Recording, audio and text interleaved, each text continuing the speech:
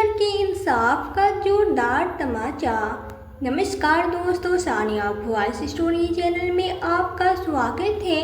तो दोस्तों, आज की कहानी है ईश्वर के इंसाफ का जोरदार तमाचा।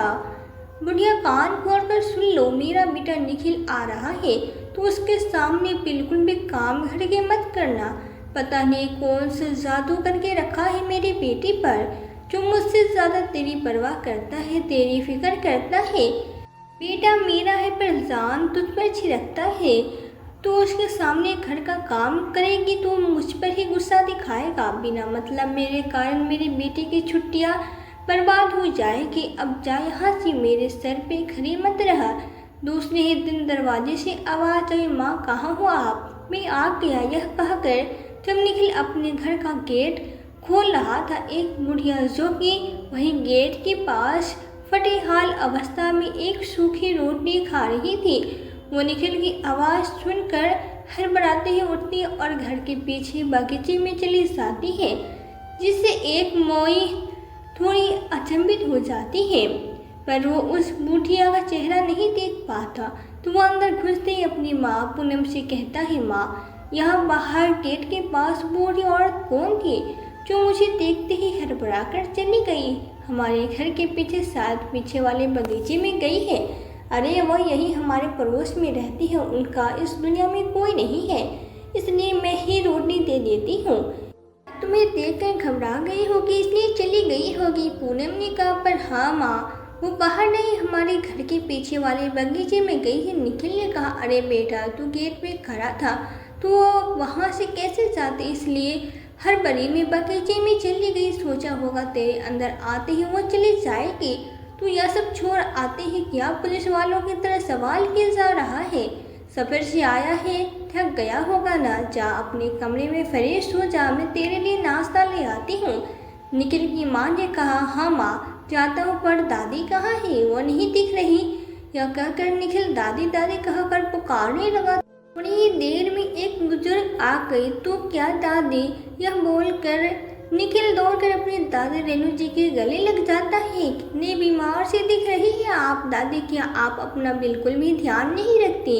माँ आप कुछ कहते क्यों नहीं है इन्हें? निखिल ने कहा, छोड़ ना बेटा, तू जानता है अपनी दादी को वे किसी की सुनती कहाँ है, और कमजोर बाजू नहीं है। बेटा खाना पीना 1 मिनट को इन्हें भूल जाए, पर यह नहीं भूलती खाने को। पूनम ने जैसे ही ऐसा कहा, निखिल कहता, यह क्या बोल रही है माँ आप? अरे मेरा मतलब है कि यह समय की बहुत पक्की है, अपना हर काम सही समय पे करती है। पर तू बता, तू अभी नाश्ते में क्या खाएगा? पूनम ने कहा, मैं तो वही खाऊंगा जो दादी का भी फेवरेट है। क्यों दादी, खाओगे ना? मटर के छोले, मुझे याद है। निखिल यह कहते हुए रेणु जी की आंखें भर आई। पर बेटा मटर अभी इनको नहीं पचता है, इसलिए तो यह बस सादा खाना खाती है। इस उम्र में तो यह सब होता ही रहता है। तो अपने फेवरेट खाना खा, पनीर के पराठे। मैंने तेरे पापा से पनीर भी पहले ही मंगवा लिया है। पूनम ने कहा, माँ यह सब तो मैं हमेशा वहाँ खाता रहता हूँ, मुझे तो आज मटर का छोला ही चाहिए, और साथ में दादी भी खाएगी। एक दिन खा लेने से कुछ नहीं होगा, और जो भी होगा देखा जाएगा। आखिर डॉक्टर क्यों है? दादी चलो आप मेरे साथ, मुझे आपसे ढेर सारी बातें करनी है और आपको काफ़ी सारी तस्वीर भी दिखानी है। यह कहकर निखिल रेणु जी को अपने कमरे में ले जाता है।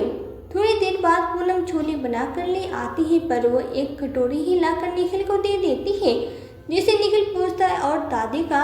वो उनका मैंने टेबल पे रखा है, क्योंकि इतना गर्म वो यहाँ हाथ में लेकर नहीं खा पाएंगे, उनके हाथ कांपते हैं। जाइए माँ जी, आप वहीं टेबल पे बैठकर खा लीजिए, यहाँ मैं पूनम के साथ तब तक थोड़ी देर बात कर लेती हूँ। आखिर इतने दिनों बाद आया है मेरा बेटा। यह कहते हुए पूनम ने रेणु जी को इशारे से वहाँ से चले जाने को कहती है। रेणु जी चुपचाप बाहर चली जाती है। इस पर निखिल पूनम से कहता है, क्या माँ आप भी न कभी कभी बिल्कुल बेवकूफ़ों जैसी बात करती हो? क्या होता जो दादी भी यहाँ बैठकर खा लेती? क्या बेटा जब से आए हो दादी दादी ही किए जा रही हो? अपनी माँ के लिए तो जैसे फुर्सत ही नहीं है। मैंने भी तो तेरा इंतज़ार किया है, मेरा भी तो हक है तुझ भी अकेले से में बात करने का। निखिल ने कहा, अच्छा ठीक है पापा, यह कहकर निखिल पूनम के गले लग जाता है।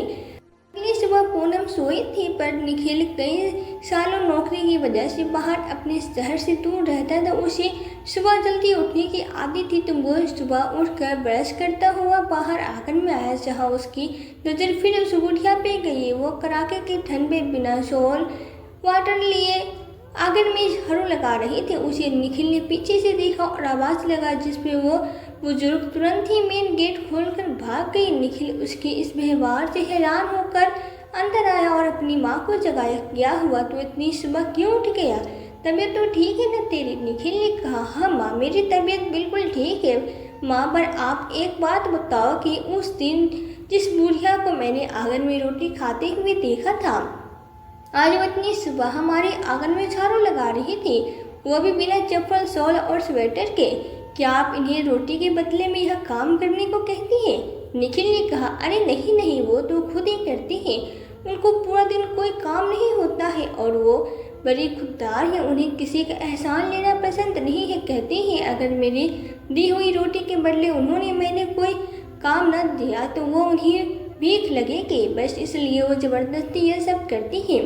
तूने उनको आवाज़ दिया, फिर वो कहाँ गई? पूनम ने कहा।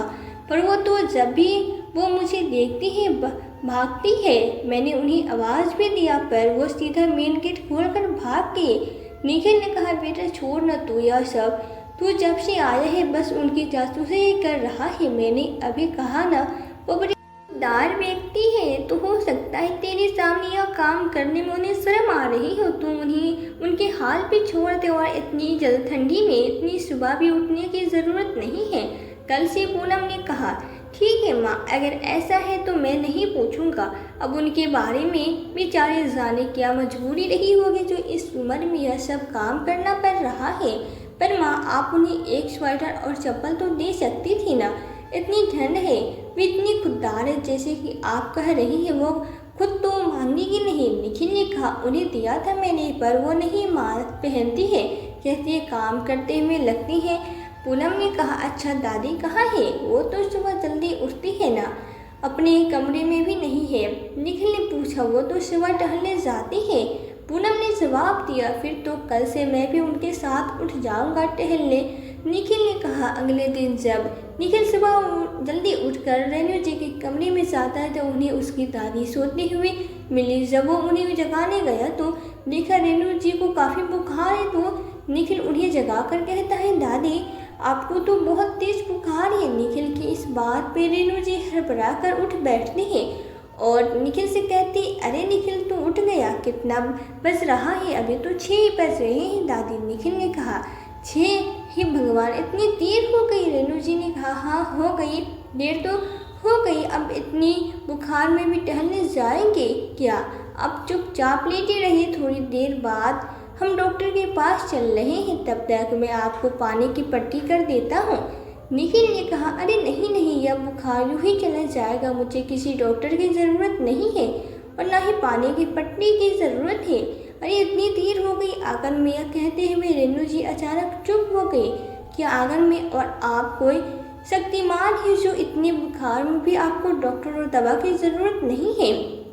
आप चुपचाप लेटे रहिए। यह कहकर निखिल पानी की पट्टी लेकर आता है और रेणु जी के सर पे पट्टी रखने लगता है। उस पानी की पट्टी से रेणु जी सोने लगी। तभी निखिल उनके बालों को सहलाने लगा, उनके बालों में उंगलियां फिरा रहा था। तभी उनकी नज़र रेणु जी के सर पे लगे हुए टाकों पर गई। फिर 4 जगह पर छोटे छोटे टाकों के निशान थे। यह देखकर निखिल रेणु जी से पूछता है, दादी क्या आपके सर पे इतने सारे टाके कैसे?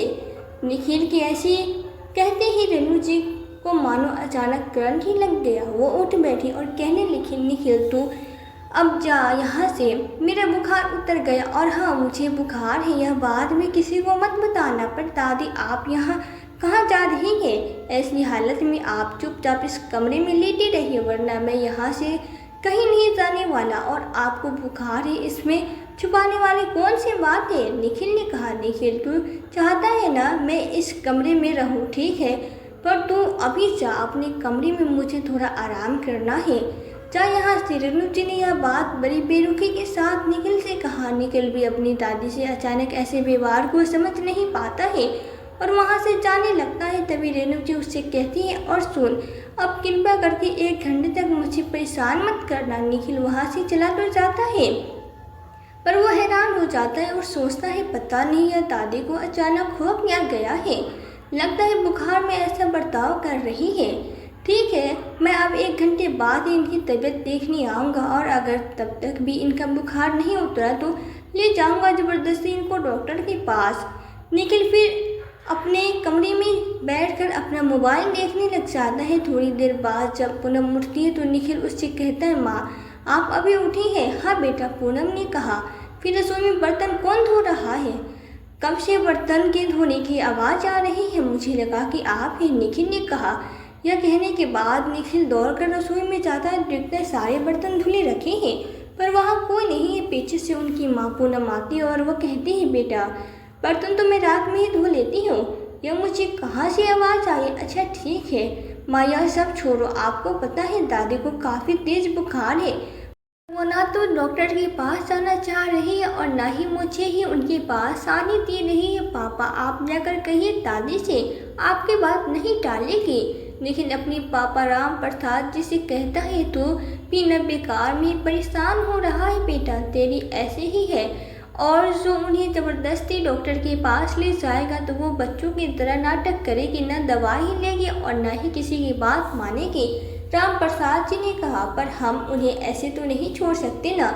रुकिए मैं आता हूँ। यह कहकर निखिल अपनी दादी रेणु जी को तैयार कर बाहर ले आता है और फिर वो उन्हें डॉक्टर के पास ले जाता है। निखिल के पापा भी उनके साथ जाते हैं।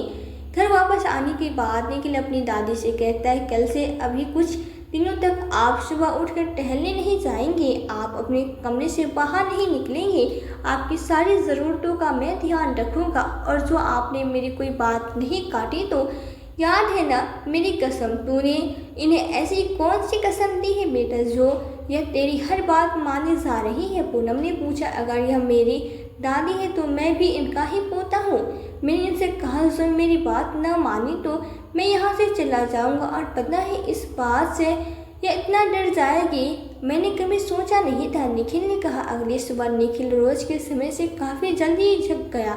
उसे जोर की प्यास लगी थी तो पानी लेने वक्त उसने सोचा जरा दादी को देख लो कि दादी कैसी है। पानी लेने से पहले वो अपनी दादी के कमरे में गया, पर वो वहाँ रेणु जी को न देखकर हैरान हो गया। तभी उसे रसोई से आवाज़ आई तो वो दौड़कर रसोई में गया तो देखा उसकी दादी रात के जूठे बर्तन धो रही है। वो चुपचाप वहीं छिप गया और रेणु जी के आगे क्या करते हैं देखने के लिए वहीं दरवाजे की ओर में खड़ा हो गया। बर्तन धोने के बाद रेणु जी आंगन में झाड़ू लगाने लग गई। वो बिल्कुल उस बुढ़िया की तरह झाड़ू लगा रही थी। तो निखिल को समझते देर न लगी। वो बुढ़िया उसे हमेशा देखकर भाग क्यों जाती थी। निखिल चुपचाप दबे पांव अपनी दादी के सामने जाकर खड़ा हो गया। उसे देखते ही रेणु जी एकदम से सहम गई और उनके हाथों से झाड़ू छोड़ गया। वे रोती रोती अपना हाथ जोड़कर कहते, निखिल तूने मुझे काम करते देख लिया, यह बात अपने माँ बाप को मत बताना। पर दादी अभी सुबह के 4 बज रहे हैं, आपकी तबीयत भी बहुत खराब है, इस समय इतनी ठंड में काम करने का क्या मतलब है? निखिल ने कहा, मतलब तो मुझे भी नहीं पता बेटा, बुढ़ापा बड़ी खराब बीमारी है और ऐसे में आपके अपने आप को छोड़ देते हैं, ऊपर से शरीर भी बस किसी तरह मौत आ जाए, यही दिन रात दुआ करती हूँ। रेणु जी ने कहा, मतलब माँ पापा आपके साथ ऐसा व्यवहार कर रहे हैं? निखिल ने कहा, चुप हो जा बेटा, वरना मेरे लिए मुसीबत और बढ़ जाएगी। अब तू और चोट खाने की भी जगह नहीं बची है, तू जा अपने कमरे में और सो जा और किसी को कुछ मत बताना। रेणु जी ने कहा, दादी अगर आप चाहती तो मैं किसी को कुछ नहीं बताऊंगा, तो मेरी एक सवाल का जवाब देना पड़ेगा। आप भी मेरे साथ मेरे कमरे में चलिए और मुझे पूरी बात समझाइए कि आपने ऐसा सोच भी कैसे लिया कि आपकी इस हालत को देखकर भी मैं आराम से सो जाऊंगा।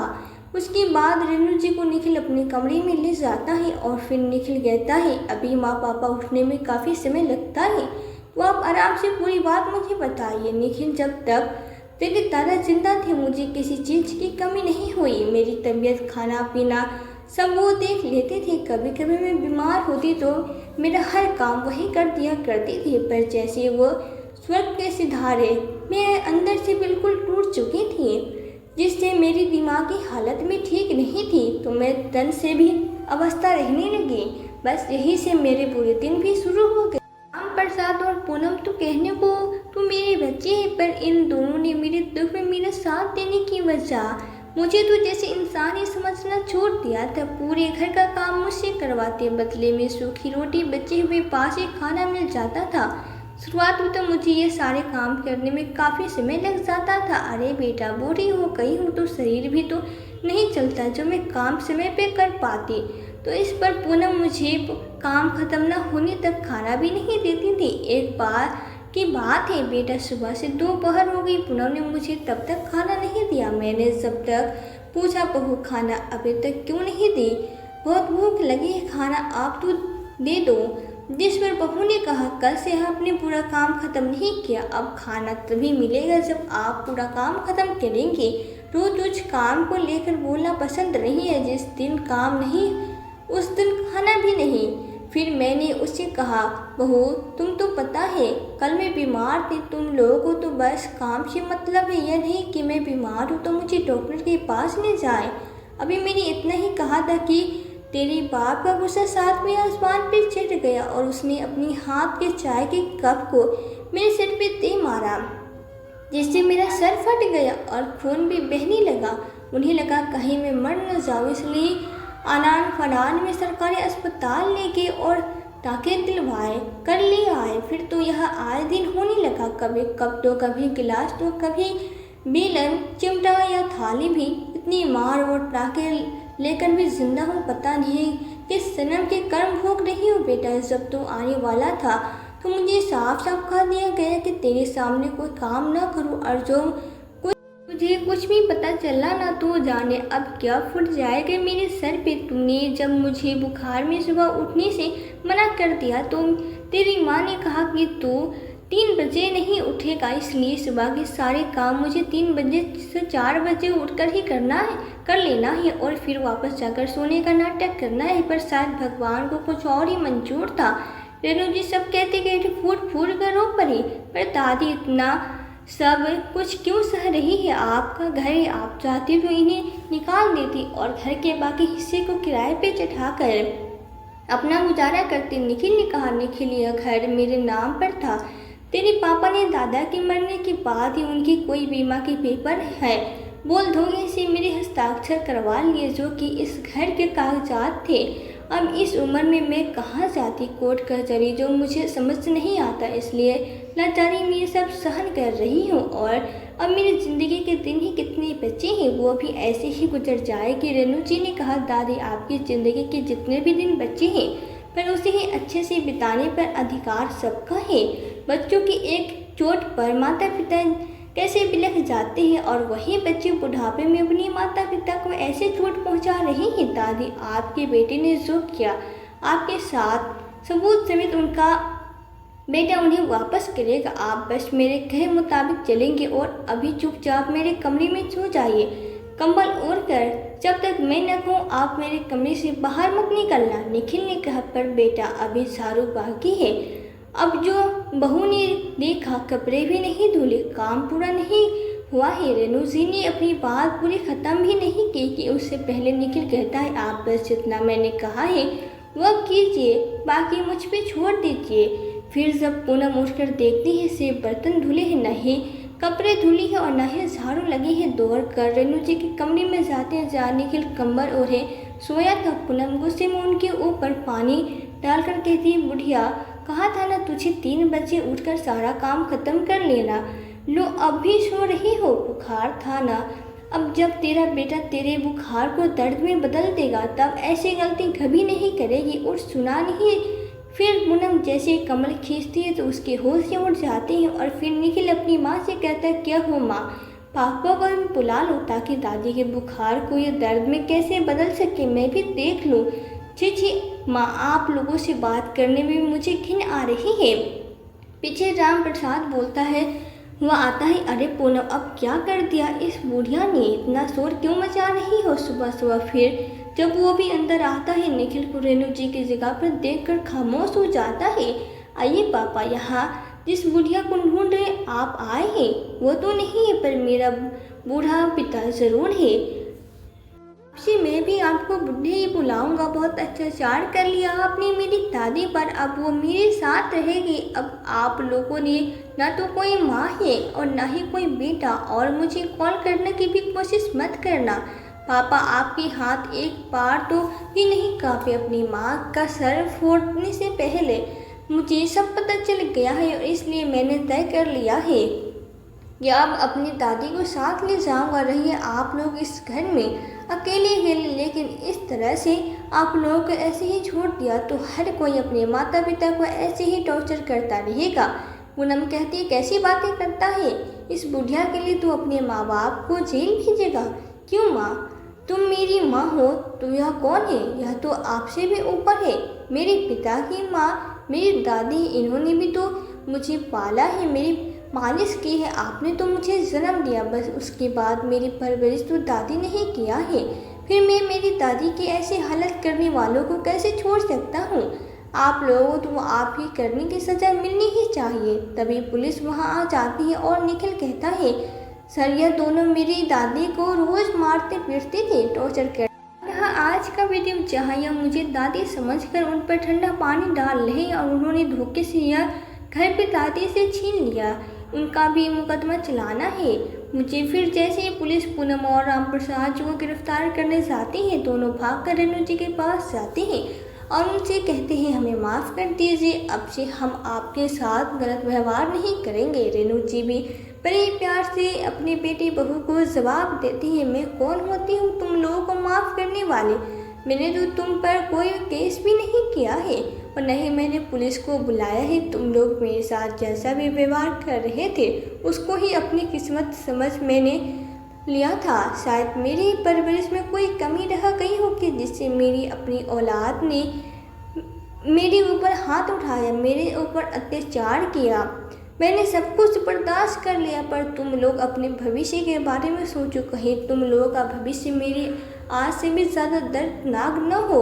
अपनी सास से ऐसा जवाब पा कर दिल मिला गई जाती है और कहती है बुढ़िया, तेरी इतनी हिम्मत कैसे हुई मुझे ऐसा श्राप देने की? अपनी हद में रहना, वरना यह बहू, वरना क्या मुझे मारेगी या घर से निकालेगी? हिम्मत है तो इस समय जरा हाथ लगाकर दिखाना। अपनी माँ के मुंह से ऐसा जवाब सुनकर निखिल के माता पिता एकदम निशब्द और कुछ नहीं बोल पाए। फिर पुलिस उन्हें पकड़ कर ले गई। तब निखिल ने अपने माता पिता को 2-2 साल की सज़ा दिलवाई और अपनी दादी को उनका घर भी वापस करवाया।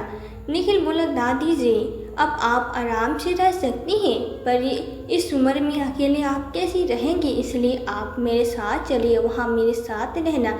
नहीं निखिल बेटा, जब ये बूढ़ी हड्डियाँ इतना मार सकती है तो झाड़ू पोछा कर सकती है, तो अकेले भी रह सकती है। मुझे अपनी आज़ादी महसूस करने दे। अब मैं चैन से और सुकून से रहूँगी और जो मन करेगा सो खाऊंगी। निखिल भी एकदम बच्चे जैसी हरकतें करने लगी, जिसे देखकर निखिल की आंखों में आंसू आ गए। निखिल ने रेणु जी के लिए एक सहायक रख दी ताकि वो 24 घंटे दादी जी के साथ रहे, उन्हें किसी प्रकार की असुविधा महसूस न हो। यहाँ तक कि महीने में 2 बार निखिल उनसे मिलने आ जाता। पूनम और राम प्रसाद जेल से छोड़कर दोबारा अपनी माँ से माफ़ी मांगने पहुँचे तो रेणु जी उन्होंने माफ़ नहीं किया और धक्के मार कर घर से निकाल दिया। यह कहकर कि आज से मेरा बेटा और बहू मेरे लिए मर चुके हैं। दोनों यहाँ से सर झुकाए चले गए और दर की ठोकरें खाते रहे। तो दोस्तों, रेणु जी ने जो अपनी बेटी बहू के साथ किया वो सही था या गलत? अपनी राय हमें कमेंट बॉक्स में ज़रूर बताएं। कहानी पसंद आए तो चैनल को सब्सक्राइब, वीडियो को लाइक करना ना भूलें। फिर मिलते हैं एक नई कहानी के साथ। कहानी में अंत तक बने रहने के लिए आपका बहुत बहुत धन्यवाद।